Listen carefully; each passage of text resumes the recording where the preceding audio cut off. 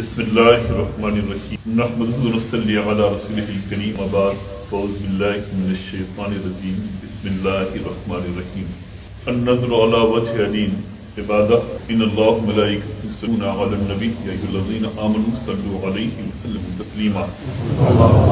اللہم صلی علی سیدنا وشفیعنا مولانا محمد وعلی آل سیدنا وشفیعنا مولانا محمد وبارک سیدی یا نبی اللہ صلی اللہ تعالی علیہ لی خمسۃ نصفی بہا حر الوباء الحاتمہ المصطفیٰ والمرتضیٰ وابناہما والفاطمہ یا مصطفیٰ محمد یا مرتضیٰ علی حاجت روا محمد مشکل کشا علی مشکل کشا علی عزیزان ملت اسلامیہ تصر سے وقت میں چند چیزیں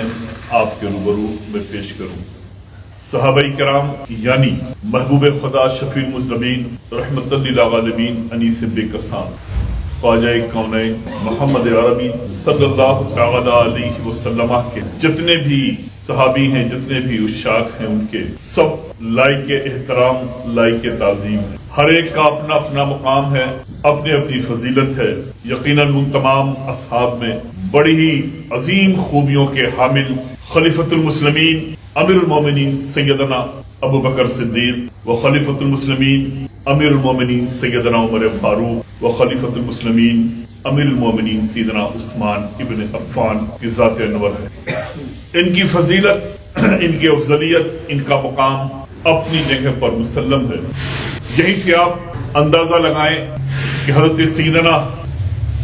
صدیق اکبر رضی اللہ تعالیٰ عنہ کے متعلق مولا کائنات جد کریم آقائے نعمت سیدنا علی مرتضی رضی اللہ تعالیٰ عنہ سے دریافت کیا گیا کہ اگر کوئی حضرت ابو بکر کی فضیلت کو کم کرنے کی کوشش کرے، کم دکھانے کی کوشش کرے تو اے علی اس کے بارے میں آپ کا کیا حکم ہے؟ مولا کائنات نے فرمایا کہ جو حضرت سیدنا صدیق اکبر کے فضائل کو کم کرنے کی کوشش کرے اور دوسروں کے فضائل کو ان سے زیادہ بلند کرنے کی کوشش کرے گا تو میں ایسے شخص کے لیے حکم دیتا ہوں کہ سر عام اسے 80 کوڑے لگائے جائیں۔ تو ہمیں درس مولا کائنات نے دیا کہ یقیناً ہمیں عظیم شخصیت کا نام، عظیم رتبہ و بلندی رکھنے والے صحابی کا نام، عاشق رسول کا نام خلیفۃ المسلمین سیدنا صدیق اکبر رضی اللہ تعالی عنہ۔ یہی آؤ بارگاہ حضرت سیدنا صدیق اکبر میں چلیں اور ان سے دریافت کریں کہ حضور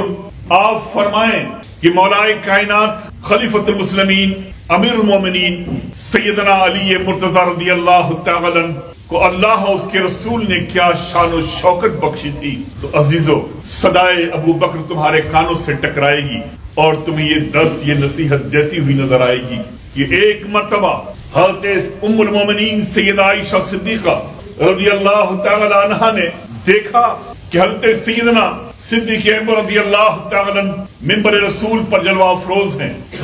اصحاب رسول صلی اللہ علیہ وسلم کے درمیان خطبہ دے رہے، مومنین کے درمیان پیغامات اپنے پہنچا رہے ہیں، ہر ایک کی طرف حضرت سیدنا صدیق اکبر مخاطب ہیں۔ اتنے میں حضرت مولا کائنات خلیفۃ المسلمین سیدنا علی مرتضی رضی اللہ تعالیٰ عنہ تشریف لائے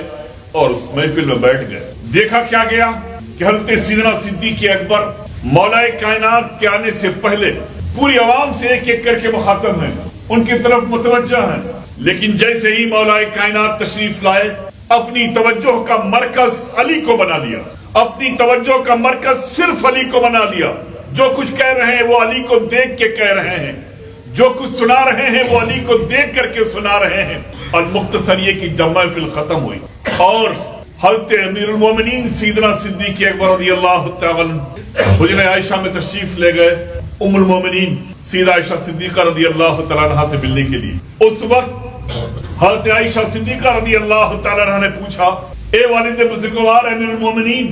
آپ سے میں ایک چیز دریافت کرنا چاہتی ہوں۔ آج ایک چیز مجھے دیکھ کر کے بہت تعجب ہوا ہے۔ کہا کیا؟ کہا میں ہمیشہ آپ کو دیکھتی ہوں کہ آپ جب خطاب فرماتے ہیں، لوگوں سے خطاب کرتے ہیں تو آپ ہر ایک کی طرف متوجہ رہا کرتے ہیں، لیکن جب محفل میں علی ہوا کرتے ہیں تو آپ ہر طرف سے توجہ ہٹا کر صرف علی کی طرف کر دیتے ہیں، علی سے مخاطب رہتے ہیں، علی کی طرف متوجہ رہتے ہیں۔ اس کی وجہ کیا ہے؟ اور بھی بہت سے لوگ تو رہا کرتے ہیں، ان کی طرف آپ کیوں نہیں مخاطب ہوتے؟ ان کی طرف آپ کیوں نہیں متوجہ ہوتے؟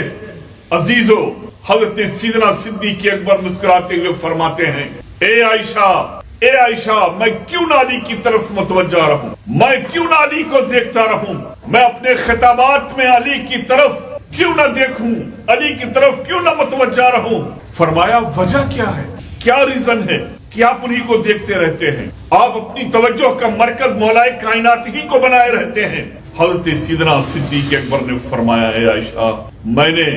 محبوب خدا صلی اللہ تعالی علیہ وسلم کی زبان انور سے سنا ہے، سرکار نے مجھ سے فرمایا ہے، میں نے سرکار کی زبان انور سے سنا ہے، آقا نے مجھ سے فرمایا ہے ابو بکر جانتے ہو علی کا کیا مقام ہے؟ میں نے پوچھا یا رسول اللہ صلی اللہ علیہ وسلم آپ سے بہتر بتانے والا کون ہے، آپ سے بہتر جاننے والا کون ہے؟ میرے آقا مسکرا کر کے فرماتے ہیں، النظر علی وجہ علی عبادہ، علی کے چہرے کی طرف دیکھنا بھی عبادت ہے، علی کے چہرے کی طرف دیکھنا بھی عبادت ہے۔ عزیزو کون کہہ رہا ہے؟ حضرت امیر المومنین خلیفۃ المسلمین سیدنا ابو بکر صدیق رضی اللہ تعالی عنہ فرما رہے ہیں، جن کے ہاتھ میں نبی کریم صلی اللہ علیہ وسلم کے ظاہری پردہ فرما جانے کے بعد امت مسلمہ کی بات دوڑ آئی، وہ ابو بکر فرما رہے ہیں کہ علی کے چہرے کی طرف دیکھنا عبادت ہے، میں یہ نہیں چاہتا کہ علی مجھ میں ہو، علی میرے روبرو ہو، علی میرے سامنے ہو، میں اپنی توجہ کا مرکز کسی اور کو بناؤں، میں یہ چاہتا ہوں کہ میری زندگی کا ایک ایک لمحہ عبادت ربی میں گزرے، اور جب میں امت مسلمہ سے خطاب کرتا ہوں اور علی میرے روبرو ہوا کرتے ہیں اور میں علی کو دیکھتا رہتا ہوں، تو ایک طرف خطاب کے ذریعے لوگ فیضیاب بھی ہوتے رہتے ہیں اور دوسری طرف میں علی کو دیکھ کر کے عبادت پر عبادت کرتا رہتا ہوں، اس کا ثواب پہ ثواب مجھے حاصل ہوتا رہتا ہے۔ عزیزو آؤ، کچھ لوگ ایسے بھی پیدا ہو چکے ہیں، ایسے بھی پیدا ہو چکے ہیں جو ایک دوسرے کی فضیلت کا موازنہ کر رہے ہیں، ایک دوسرے کی فضیلت کو تولنے کی کوشش کر رہے ہیں کہ علی مرتضیٰ افضل ہیں کہ سیدنا صدیق اکبر، حضرت صدیق اکبر افضل ہیں کہ فاروق اعظم، فاروق اعظم افضل ہیں کہ عثمان غنی، ساری زندگی اسی میں مر جاؤ گے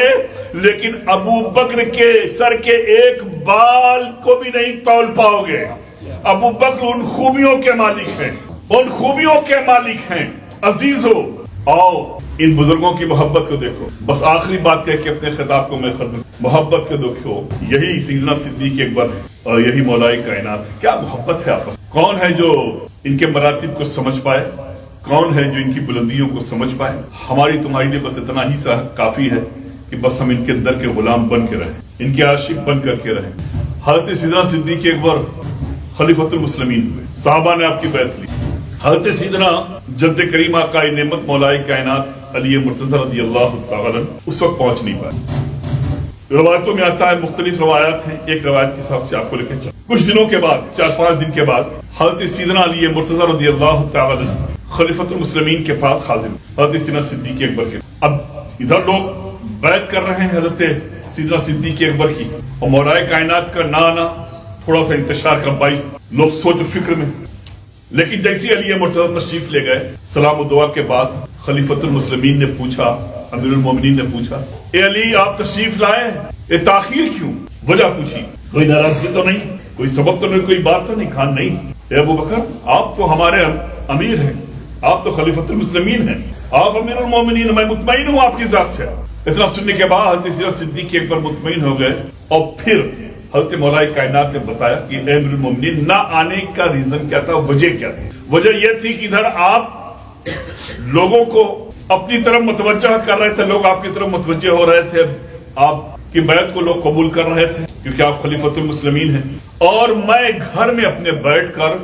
قرآن عظیم کو یکجا کر رہا تھا، قرآن عظیم کو جمع کر رہا تھا۔ میں نے سوچا کہ یہ وقت اگر میں نے ضائع کر دیا تو کوئی ایسا نہ ہو کہ مجھے ٹائم نہ ملے آگے چل کر کے میں قرآن عظیم کو جمع نہ کر پاؤں، تو قرآن عظیم کو میں نے اس دن سے لے کے آج تک مکمل کر لیا، جمع کر لیا ہے، مکمل کر لیا۔ اب میں اس سے فارغ ہوا تو آپ کے پاس آیا ہوں۔ حضرت سیدنا صدیق اکبر بے حد خوش ہوئے، بے حد دعاؤں سے نوازا، اور اس کے بعد حضرت مولا کائنات سیدنا علی مرتضیٰ سے فرماتے ہیں کہ اے علی میں خلیفۃ المسلمین ہو گیا، تم نے مجھے امیرُ المومنین تسلیم کیا،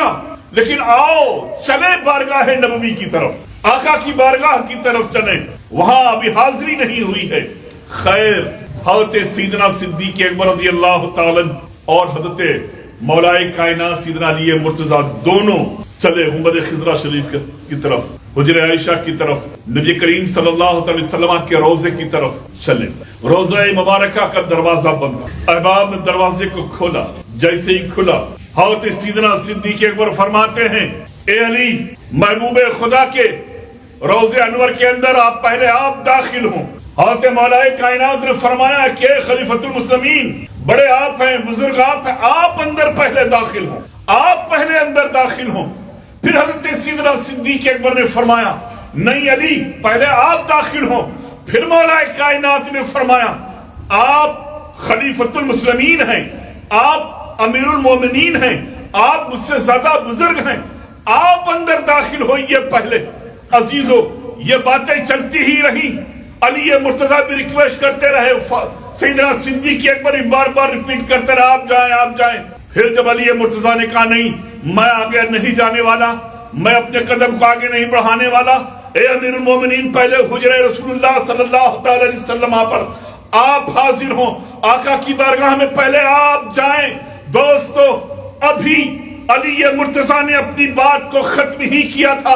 کہ حضرت سیدنا صدیق اکبر فرماتے ہیں، اے علی اب آگے مت بولنا، جانا تو تمہیں ہی پہلے اندر ہے۔ وجہ یہ ہے کہ میں نے محبوب خدا صلی اللہ تعالیٰ علیہ وسلم کی زبان انور سے تمہارے بارے میں سنا ہے کہ اللہ تبارک و تعالیٰ کے نزدیک جو مصطفیٰ کا مقام ہے، اسی طرح سے میرے نزدیک علی مرتضیٰ کا مقام ہے۔ اللہ اکبر! کس شان کے مالک علی مرتضیٰ ہیں، کس عظمت کے مالک علی مرتضیٰ ہیں، کس کرم کے مالک علی مرتضیٰ ہیں، کس فضل کے مالک علی مرتضیٰ ہیں کہ محبوب خدا فرمائیں، اللہ کا محبوب فرمائیں، میں جس طرح سے اپنے رب کے نزدیک افضل والا ہوں، جو میرا مقام میرے رب کے نزدیک ہے، ایسے ہی میرے نزدیک میرے علی کا مقام ہے، میرے نزدیک میرے علی کا مقام ہے۔ یہی وجہ تھی کہ امیر المومنین ہونے کے باوجود بھی، خلیفۃ المسلمین ہونے کے باوجود بھی، ہر منزل پر اس بات کا کہ تمام اصحاب خیال رکھتے تھے، چاہے سیدنا صدیق اکبر کی ذات انور ہو، فاروق اعظم کی ہو، عثمان غنی کی ہو، ہمیشہ انہوں نے اس بات کا خیال رکھا کہ ہم وہ فیصلے جو ہمارے پاس آتے ہیں امت مسلمہ کے، اس وقت تک ہم انہیں انجام نہ دیں، انہیں پائے تکمیل تک نہ پہنچائیں، جب تک کہ اس مسئلے پر علی مرتضیٰ کی رائے ہم جان نہ لیں۔ اس لیے کہ یہی اصحاب فرمایا کرتے تھے کہ ہم میں سب سے بہتر علم رکھنے والے، سب سے اچھی نالج رکھنے والے اگر ہیں کوئی تو وہ ذات ہے علی مرتضیٰ رضی اللہ تعالی